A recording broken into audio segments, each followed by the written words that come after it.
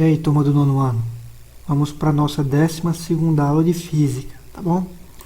Continuaremos trabalhando o conteúdo de movimento uniformemente variado.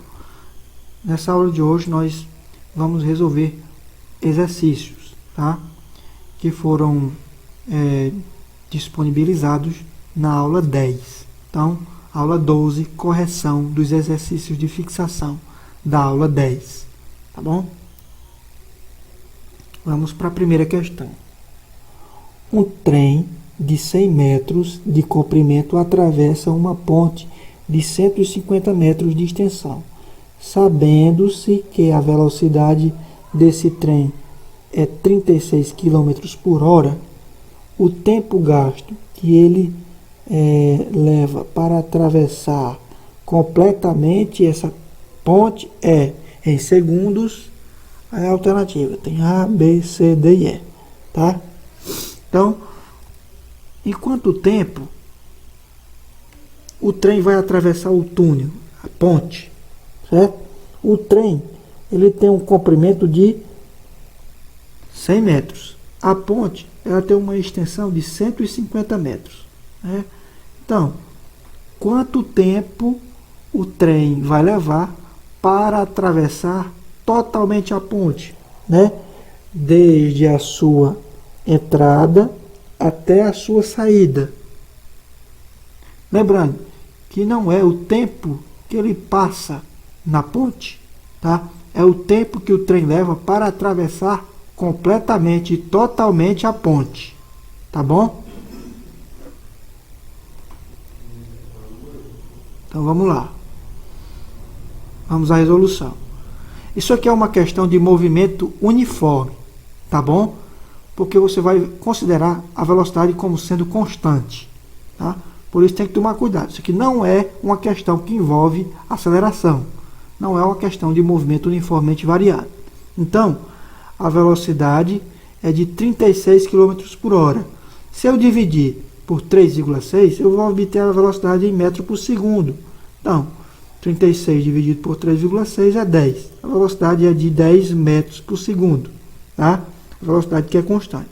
S1 é o comprimento do trem, que vale 100 metros.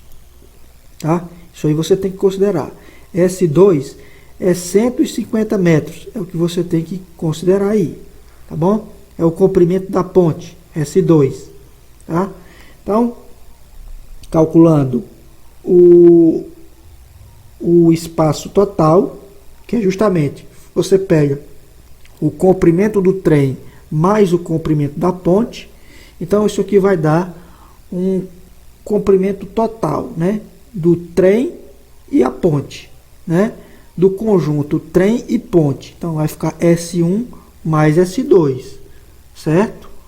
Repare que não é o tempo que o trem fica na ponte, é o tempo que o trem leva para atravessar completamente a ponte. Por isso que você tem que pegar os dois comprimentos e somá-los, tanto o comprimento do trem quanto o comprimento da ponte, tá? Então, o comprimento do trem é S1, o comprimento da ponte é S2. O comprimento do trem vale 100 e o da ponte 150. Somando isso, dá 250. Esse é o comprimento total do conjunto trem e ponte. É o espaço. S, espaço.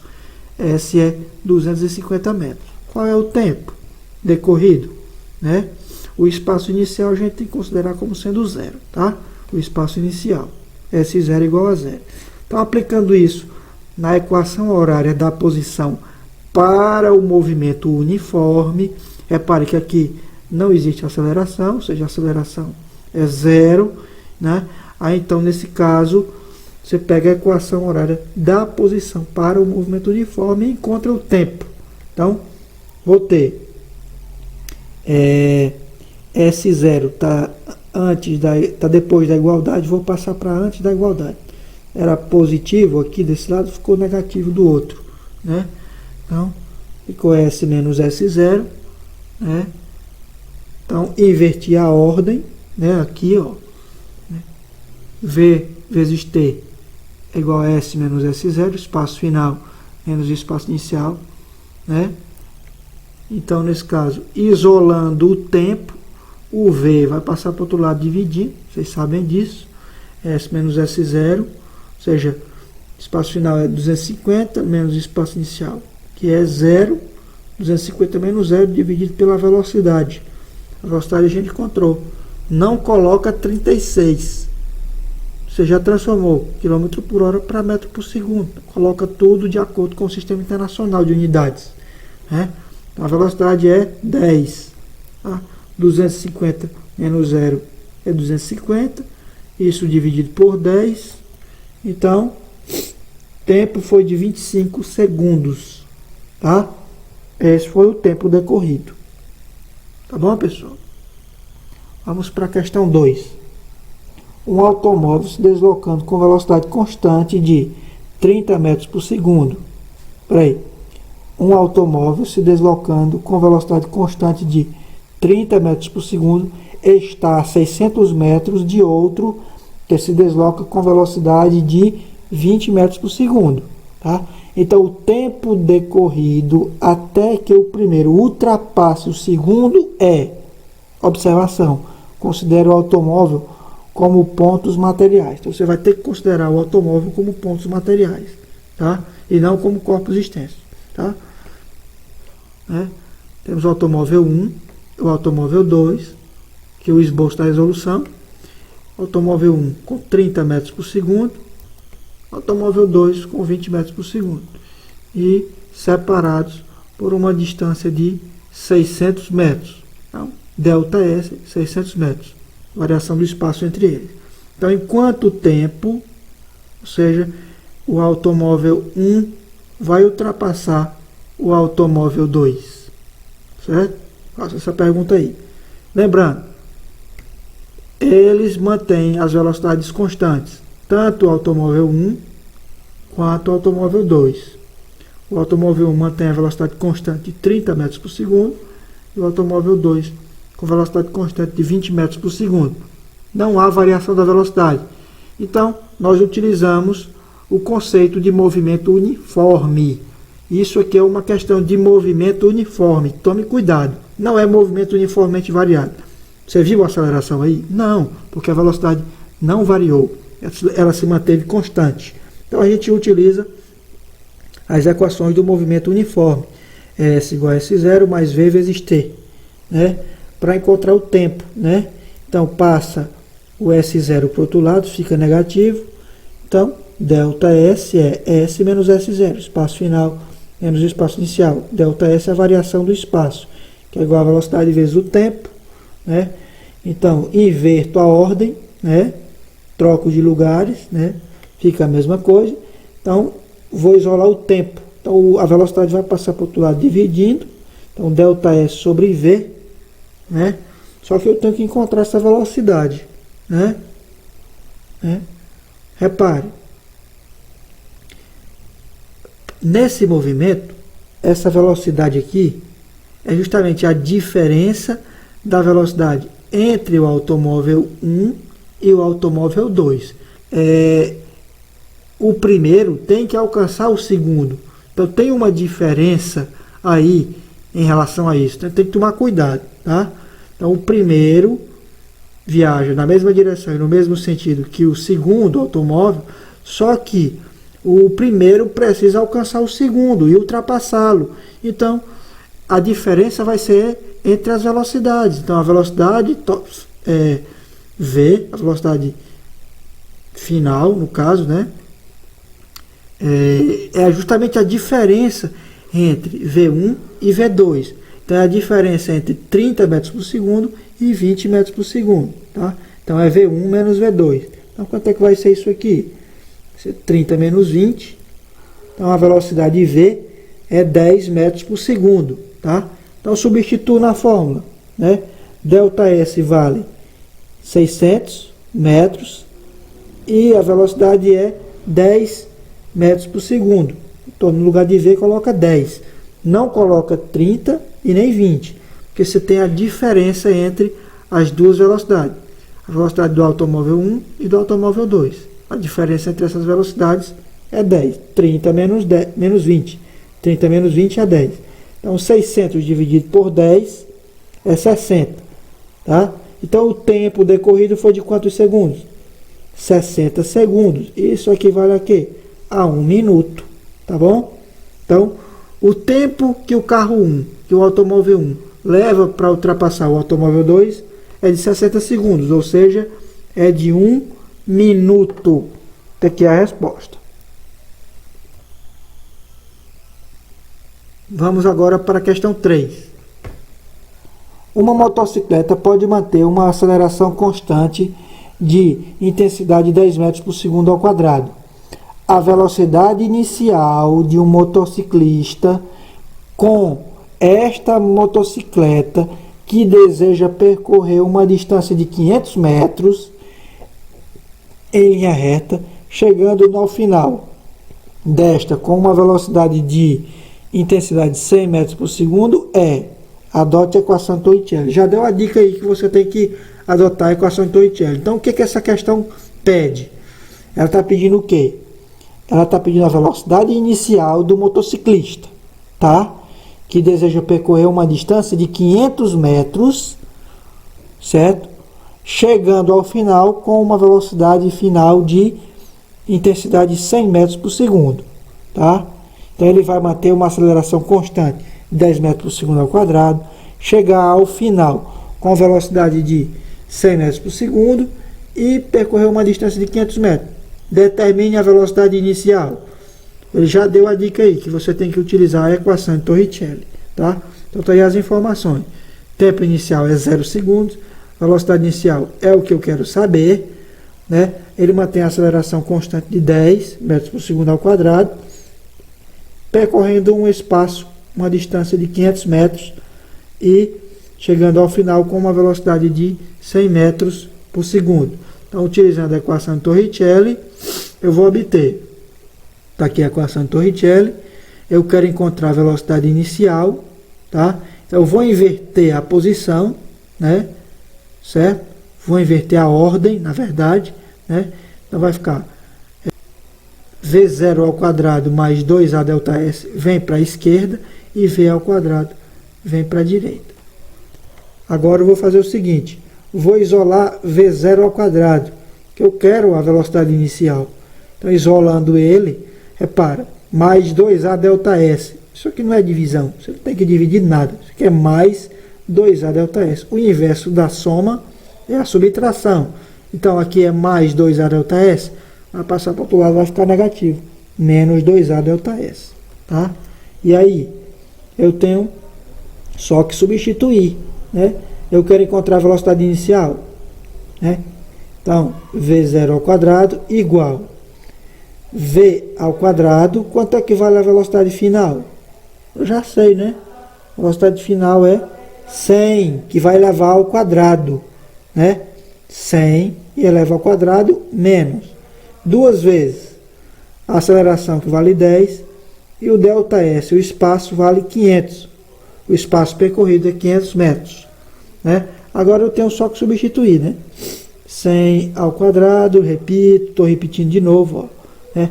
E menos 2 vezes 20, quer dizer, 2 vezes 10 é 20, tá?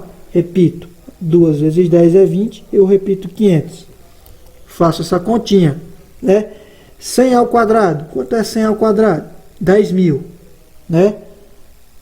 Subtraindo quem? 20 vezes 500. Quanto é 20 vezes 500? 10.000 também, né? Então, quanto é que dá isso aí? 10.000 menos 10.000 é 0. Eu tiro a raiz quadrada de 0, porque o inverso da potenciação é a radiciação, né? Então, a raiz quadrada de 0 é 0. Então, é a resposta. Velocidade inicial é 0 metros por segundo, tá? E caso eu quisesse agora encontrar o tempo de movimento, claro que isso aqui não faz parte da questão, mas caso eu quisesse encontrar o tempo, quanto é que seria esse tempo? Lembrando que a velocidade inicial é 0, que é a partir do repouso, né?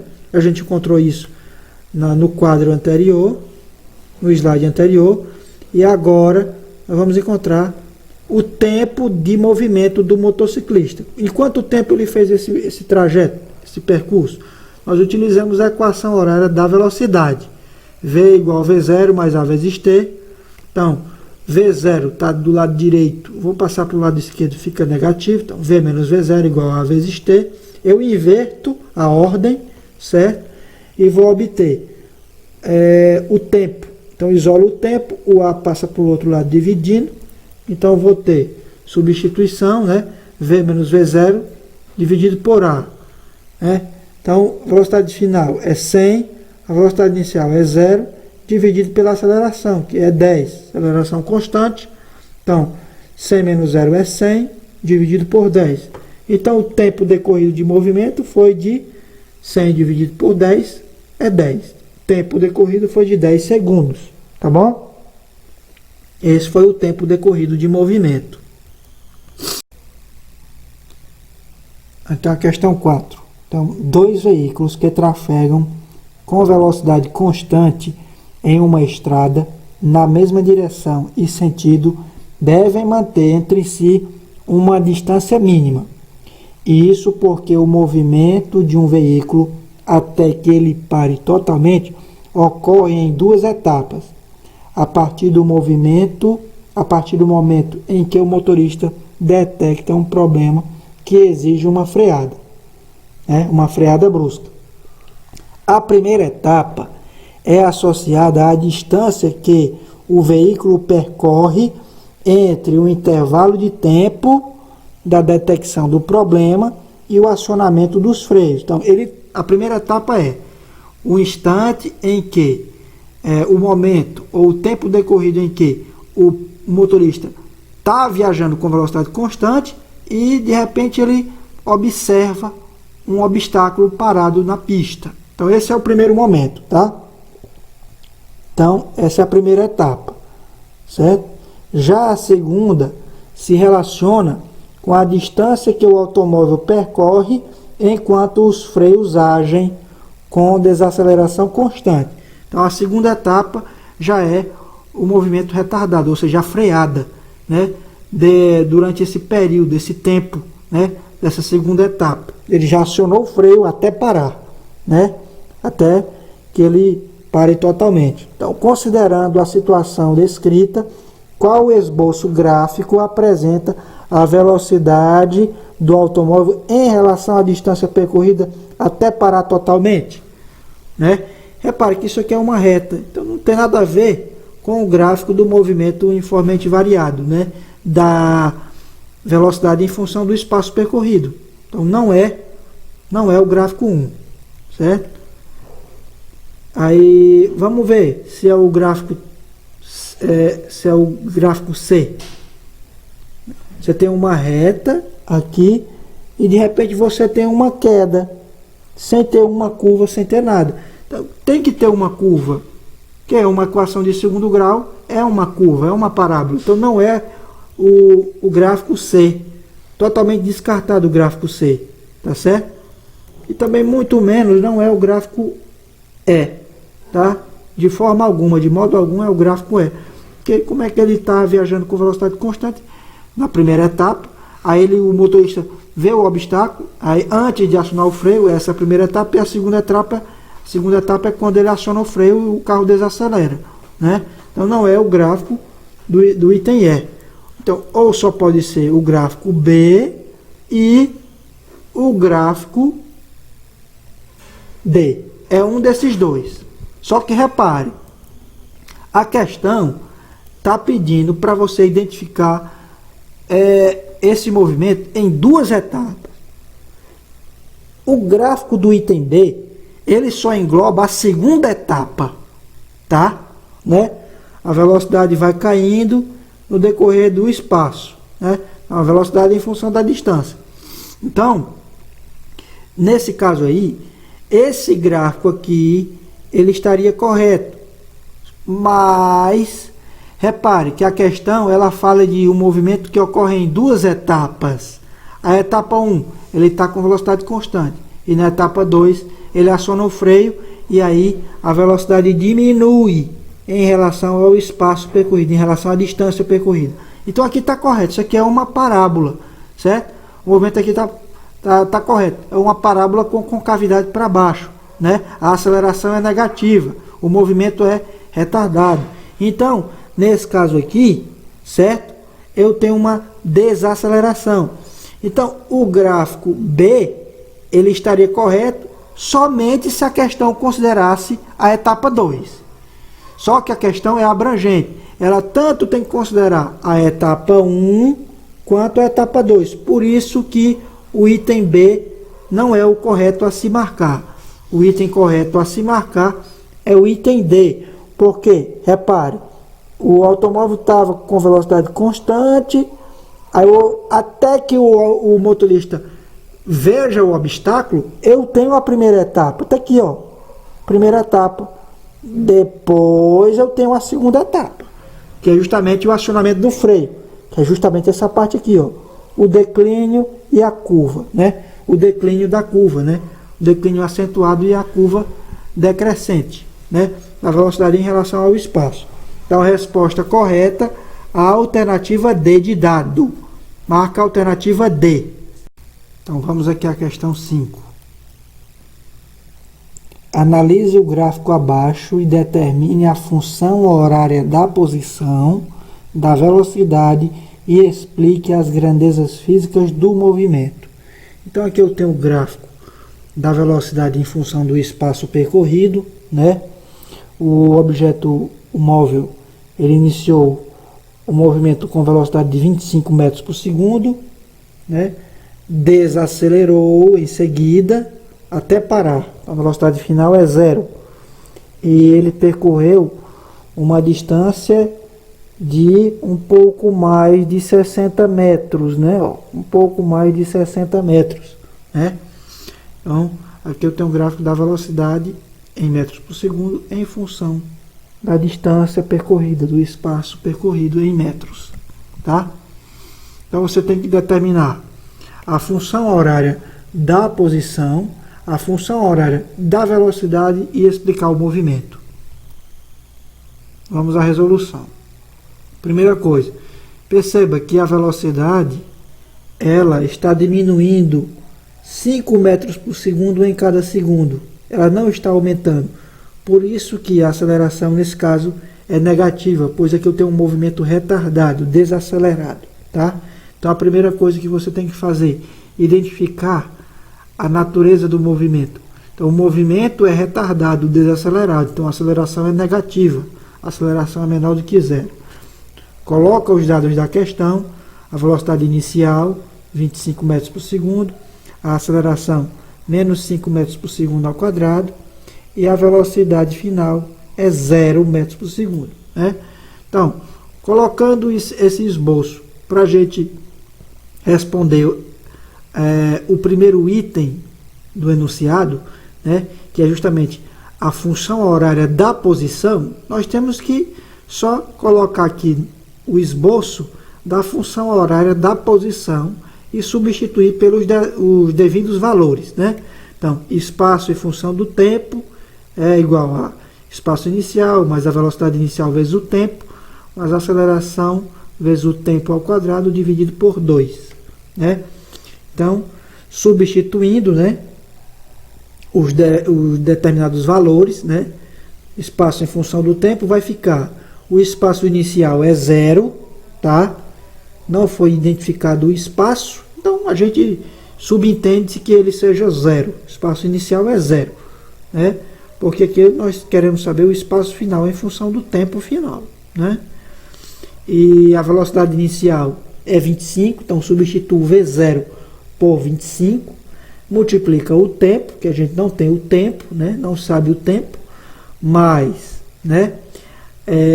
A aceleração, coloca entre parênteses, né? Que a aceleração é negativa, então é menos 5 vezes o tempo ao quadrado dividido por 2, né? Fazendo isso, eu repito de novo aqui, ó, espaço em função do tempo é igual a 25t. Aí aqui, ó, é mais 1 vezes menos 5. Mais 1 vezes menos 5 é menos 5, tá? Então, 25t menos 5t ao quadrado dividido por 2. Pronto, já achamos a resposta da equação horária da posição, ou encontramos a função horária da posição. É essa. Espaço em função do tempo é igual a 25t menos 5t ao quadrado sobre 2. A resposta da função horária da posição é essa, tá?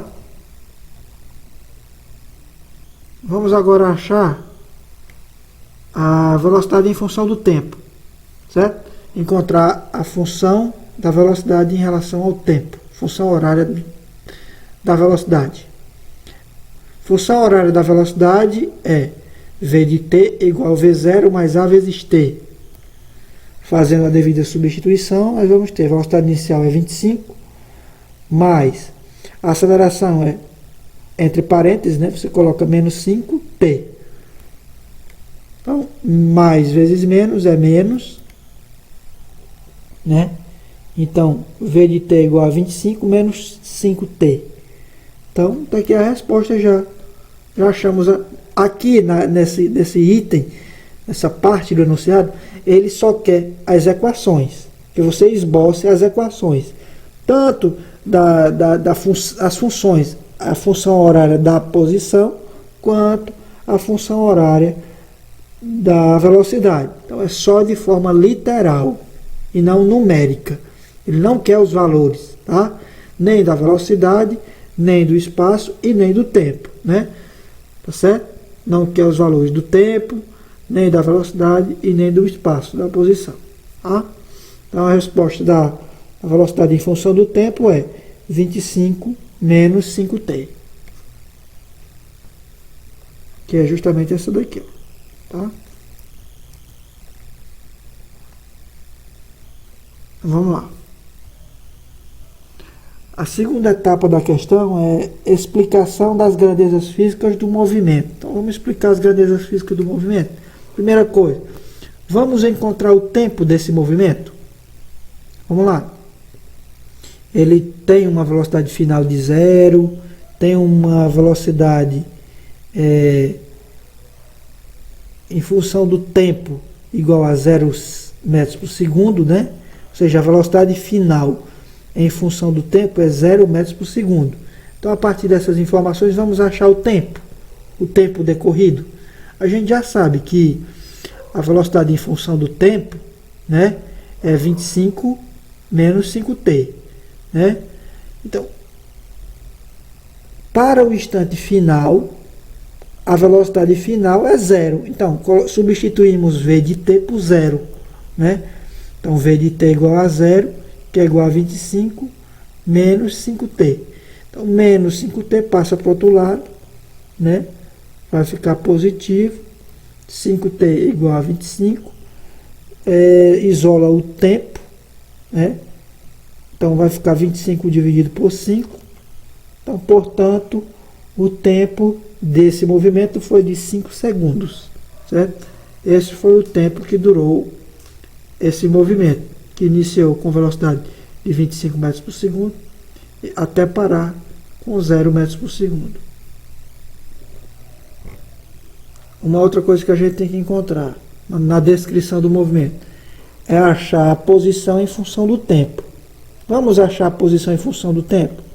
Em quanto tempo esse movimento aconteceu? Em 5 segundos. Então, espaço em 5 segundos, o espaço percorrido em 5 segundos. Quanto vale? Né? Vamos lá. Nós aplicamos essa equação aqui, ó. A equação que a gente encontrou, né? Isso aqui foi a equação, a função horária da posição. Nós encontramos no quadro anterior, no slide anterior. 25t menos 5t ao quadrado sobre 2. A gente já tirou da equação horária da posição, né, para determinar a função desse movimento. Então, onde tiver t, eu substituo por 5. Então, vamos lá. Espaço percorrido em 5 segundos vai ser igual a 25, né, vezes o tempo. Então, onde tiver o tempo, eu coloco 5 segundos, menos, né, menos 5t ao quadrado. O t vale 5, então fica 5 ao quadrado. 5 vezes 5 ao quadrado dividido por 2. Estou fazendo essa continha. 25 vezes 5 dá 125, né? Menos 5 vezes 5 ao quadrado é 25. Então já repeti aqui, 25. Quanto é que dá 5 vezes 25? 125.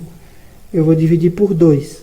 125 dividido por 2, que vai dar 62,5. Né? Então, 125 menos 62,5. Então, o espaço percorrido em um tempo de 5 segundos, S de 5 é 62,5 metros. Tá bom? Daí a resposta da questão. Tá certo, pessoal? Então, essa é a explicação do movimento. Tá? Ele iniciou com velocidade de 25 metros por segundo, teve uma desaceleração, ou seja, a aceleração é menos 5 metros por segundo ao quadrado, e parou, né? Depois de percorrer uma distância de 62,5 metros, descrevendo esse movimento no tempo de 5 segundos. Tá certo? Então tá aí a resposta da questão 5, analisada minuciosamente. Tá bom, pessoal? Então, por hoje é só. Vamos encerrar nossa aula por aqui, tá? Então, na próxima aula, nós iniciaremos um novo conteúdo, tá certo? Cinemática vetorial. Nós veremos primeiro, na próxima aula, o conceito de vetor, tá bom? Ou vetores. Então, já encerramos o conteúdo de cinemática escalar, tá bom? Então, até a próxima aula. Um abraço a todos.